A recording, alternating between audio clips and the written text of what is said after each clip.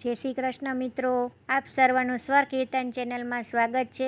આજે આપણે સાંભળીશું પુરુષોત્તમ માસ એટલે કે અધિક માસની 16મા દિવસની કથા। આજની કથા છે લક્ષ્મણવંતા લક્ષ્મીચંદ। જો તમને અમારી આજની આ કથા સાંભળવી ગમે તો લાઈક કરજો, શેર કરજો અને ચેનલમાં નવા હોય તો સબસ્ક્રાઈબ કરવાનું ભૂલતા નહીં। તો ચાલો આપણે આજની આ કથા શરૂ કરીએ। શ્રી પૂરણ પુરુષોત્તમ ભગવાન કી જય। લક્ષ્મીચંદ નામનો એક વાણિયો હતો। ગરીબ ઘરમાં જન્મેલો, પણ આ પાવડતથી દસકામાં તો તે મોટો શ્રીમંત બની ગયો। થોડા સમયમાં ગામમાં તે નગર શેઠ કહેવાવા લાગ્યો। રાતે તે દહાડે વેપાર વધતો જ જાય। સૌ કોઈ નગર શેઠનું ઘર પૂછતા આવે। લક્ષ્મીચંદ શેઠ એક વાતમાં ભારે ટેકીલો। તેની ટેક હતી કે આંગણે કોઈ ભિખારી આવે તો તેને પૈસો કે મુઠ્ઠી અન્ન આપવું જ નહીં। જેમ જેમ તેમની ધનવાન લેખે નામના વધતી ગઈ તેમ તેમ ભિખારીઓની સંખ્યા પણ તેમને આંગણે વધતી ગઈ। શેઠ ભિખારીઓથી ખૂબ ત્રાસી ગયા અને પોતાની હવેલીમાં એક મોટું ભોંયરું ચણાવ્યું। કોઈ ભિખારી આવે ને માગે તો શેઠ કહે, ચાલ ભાઈ, જે જોઈએ તે આપું કહી ભોંયરામાં લઈ જઈ પૂરી દે। 2 દિવસ ભૂખ્યો રાખી કાઢી મૂકે। આમ હમણાં કોઈને કોઈ ભિખારી આવે ને શેઠ ભોંયરામાં પૂરે। શેઠની આ કુટેવથી પાડોશીઓ ત્રાસી ગયા। એવામાં પુરુષોત્તમ માસ આવ્યો। શેઠની પડોશમાં દયારામ નામે બ્રાહ્મણ રહે। તેણે પૂર્ણ પુરુષોત્તમ માસનું વ્રત કર્યું અને આખોએ મહિનો એક જ પ્રાર્થના કરી કે હે ભગવાન, શેઠને સદબુદ્ધિ આપો અને ભિખારીઓને આ ત્રાસમાંથી મુક્ત કરો। દયાળુ બ્રાહ્મણનો જીવ શેઠના અમાનુષી વર્તનથી ત્રાસ પોકારી ઉઠ્યો હતો। પુરુષોત્તમ માસ પૂરો થયો। દયારામને રાત્રે ભગવાને સ્વપ્નમાં દર્શન દીધા અને કહ્યું, વત્સ, તારે શું જોઈએ છે? જે જોઈએ તે માગ। દયારામ હાથ જોડીને બોલ્યા, ભગવાન, શ્રીમંતને શું ખાવું તેની ચિંતા અને ભૂખ્યાઓને શું ખાઈશું તેની ચિંતા। જગતમાં આવું કેમ હશે? જો આપ મારા ઉપર પ્રસન્ન થયા હોવ તો શેઠને સદબુદ્ધિ આપો કે ભિખારીઓને ખાવામાં ભલે ન આપે પણ તેમના ઉપર ત્રાસ ન વર્તાવે। ભગવાન હસીને બોલ્યા, વત્સ, પૂર્વજન્મના શેઠના પુણ્યનો ઉદય થયો છે એટલે મારાથી પણ તેમનો વાંક વાળકો થાય તેમ નથી। જો તેમના હાથે સ્ત્રી હત્યા કે બાળ હત્યાનું પાપ થાય તો જ તેમનું જન્મનું પુણ્ય પૂરું થાય અને તેમની બુદ્ધિ ઠેકાણે આવે। આટલું કહી ભગવાન અંતર્ધ્યાન થઈ ગયા। સવારે દયારામે રાતના સ્વપ્નની વાત પોતાની ધર્મપત્નીને કહી। 1-2 દિવસ વીતી ગયા।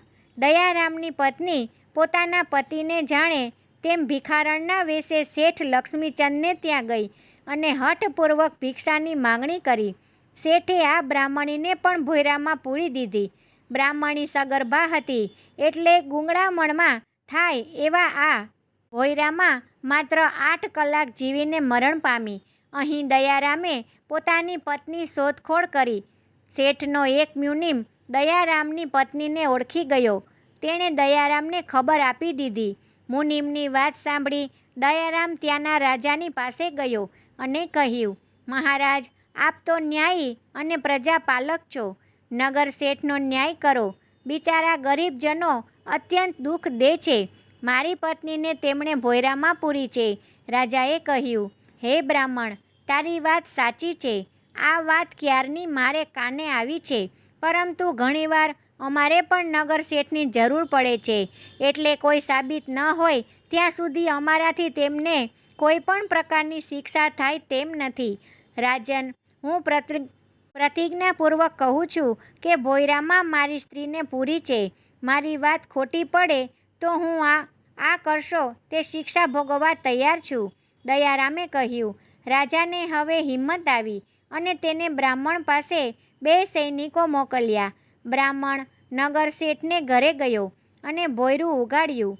સૈનિકોએ અંદર પૂરેલા 5 ભિખારીઓ અને એક ભિખારણને બહાર કાઢી। ભિખારણને જોતાં જ શેઠ હેબતાઈ ગયા। દયારામે ભયાનક ચીસ નાખી અને સૈનિકો પણ વિચારમાં પડી ગયા। આ નિરાધાર ભિખારણનું પ્રાણ પંખેરું ઉડી ગયું હતું। દયારામે ત્રાસ માંડી શેઠ મારી આ સગર્ભા પત્નીને તમે ભોયરામાં પૂરી મારી નાખી. ભગવાનથી આ સહન થયું નહીં અને તમોને આનું ફળ અવશ્ય મળશે. બ્રાહ્મણી સગર્ભા હતી. શેઠને સ્ત્રી હત્યા અને બાળ હત્યાનું પાપ લાગે અને અનેક ભિખારીઓ ત્રાસમાંથી છૂટે એ માટે તેણે પોતાની જાતનું બલિદાન આપ્યું હતું. સૈનિકો શેઠને પકડી રાજા પાસે લઈ ગયા અને દયારામની સગર્ભા પત્ની ગુજરી ગયાની વાત કહી.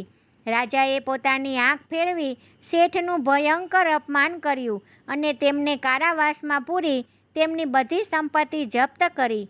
ઘડી પહેલાંના કરોડપતિ લક્ષ્મીચંદ ઘડીક પછી ગરીબ કેદી બની ગયા. દયારામ પોતાની પત્નીના દેહને લઈ ઘરે ગયો અને તેની અંતિમ વિધિની ગોઠવણ કરવા માંડી. ત્યાં એક નવાઈ જેવો બનાવ બન્યો.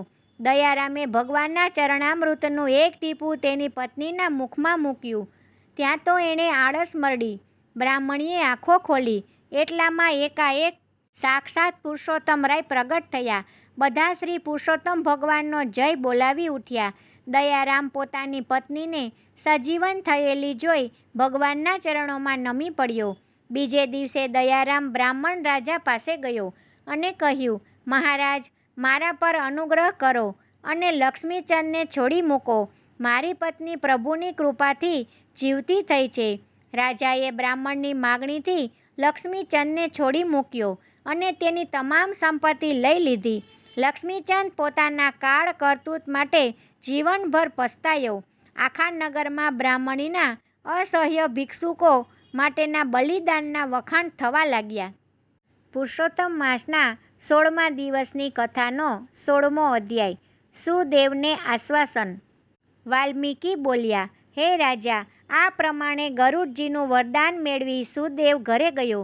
10 મહિના વીત્યે તેની પત્નીએ તેજસ્વી પુત્રને જન્મ આપ્યો. સુદેવે પુત્રનું નામ સુખદેવ રાખ્યું. યોગ્ય ઉંમરે સુખદેવને જનોઈ આપી વિદ્યાભ્યાસ કરાવવા માંડ્યો.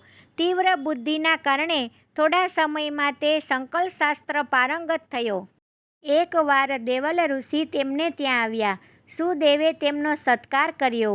આશીર્વાદ આપી દેવલ ઋષિએ પુત્રની રેખાઓ જોઈને કહ્યું, સુદેવ, તારો પુત્ર કુશાગ્ર બુદ્ધિનો છે. તું ભાગ્યશાળી છે કે તને આવો પુત્ર પ્રાપ્ત થયો. પરંતુ દુઃખની વાત એ છે કે તારા પુત્રને જળની ઘાત છે. તે 12મા વર્ષે જળમાં ડૂબી મરશે. આમ કહી દેવલ ઋષિ બ્રહ્મલોકમાં ગયા. ઋષિની વાતથી સુદેવ શોકાતુર થઈ ધરણી પર ઢળી પડ્યો. ગૌતમી દોડતી આવી અને પોતાના પતિનું મસ્તક ખોળામાં લઈને આશ્વાસન આપવા લાગી. તે બોલી, નાથ, ચિંતા છોડો. રામચંદ્ર અને યુધિષ્ઠિર જેવા ધર્માત્માઓને પણ દુઃખ પડ્યું હતું. નળ રાજા જેટલું દુઃખ તો કોઈને પણ પડ્યું નથી. દશરથ રાજાના પણ પુત્ર વિયોગના દુઃખમાં મરણને શરણ થયા હતા. માટે નાથ, ધૈર્ય રાખો. પ્રભુ સૌ સારાવાના કરશે. શ્રી હરિનું સ્મરણ કરો. પત્નીના આવા વચનો સાંભળી સુદેવને શાંતિ મળી અને તેનો શોક નાશ પામ્યો. શ્રી કૃષ્ણ કનૈયા લાલ કી જય. દ્વારિકાધીશ કી જય.